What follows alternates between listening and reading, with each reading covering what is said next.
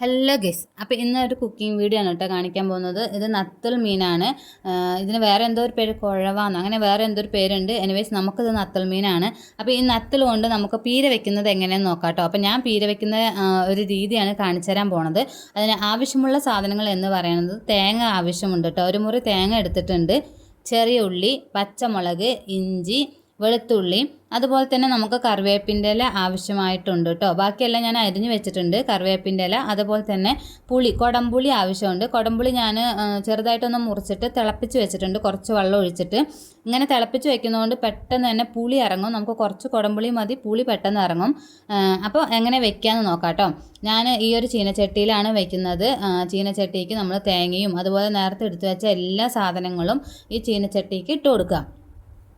അതിനുശേഷം കുറച്ച് ഉപ്പ്, കുറച്ചെല്ലാം ആവശ്യത്തിന് ഉപ്പ് ഇടുക, മഞ്ഞൾപ്പൊടി ഇടുക. എന്നിട്ട് നമ്മൾ കൈ വെച്ചിട്ട് നന്നായിട്ട് തിരുമ്മി യോജിപ്പിക്കുകയാണ് കേട്ടോ ചെയ്യുന്നത്. നമുക്ക് വേണമെങ്കിൽ മിക്സിയിലിട്ടൊന്ന് അടിച്ചു കൊടുക്കുക. പക്ഷേ ഞാൻ ഇവിടെ കൈ വെച്ചിട്ട് തന്നെ നന്നായിട്ട് തിരുമ്മി യോജിപ്പിക്കുന്നുണ്ട്. നല്ല രീതിക്ക് തന്നെ എല്ലാം ഒന്ന് എന്താ പറയുക ഒരുമിച്ചായി വരണം കേട്ടോ. അത് കഴിഞ്ഞിട്ട് നമ്മൾ ആ പുളിയും കൂടി ഒഴിക്കുന്നുണ്ട്. വേറെ വെള്ളമൊന്നും ഞാൻ അതിലേക്ക് ഒഴിക്കുന്നില്ല.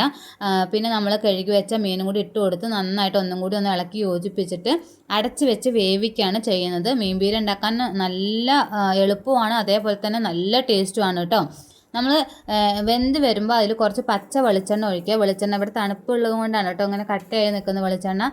അതേപോലെ തന്നെ ഒരു 2 തണ്ട് കറിവേപ്പിൻ്റെ ഇലയും കൂടി ഇട്ട് കൊടുക്കുക. അപ്പോൾ ഇത്രയേ ഉള്ളൂ മീൻ പീര വെക്കാൻ. ഭയങ്കര ഈസിയാണ്. നിങ്ങളിങ്ങനെ തന്നെയാണ് വെക്കാമെന്നൊന്ന് പറയണേ. അപ്പോൾ എന്തായാലും മീൻ പീര റെഡി. അടുത്തൊരു വീഡിയോ ആയിട്ട് കാണുന്നതായിരിക്കും. Bye bye.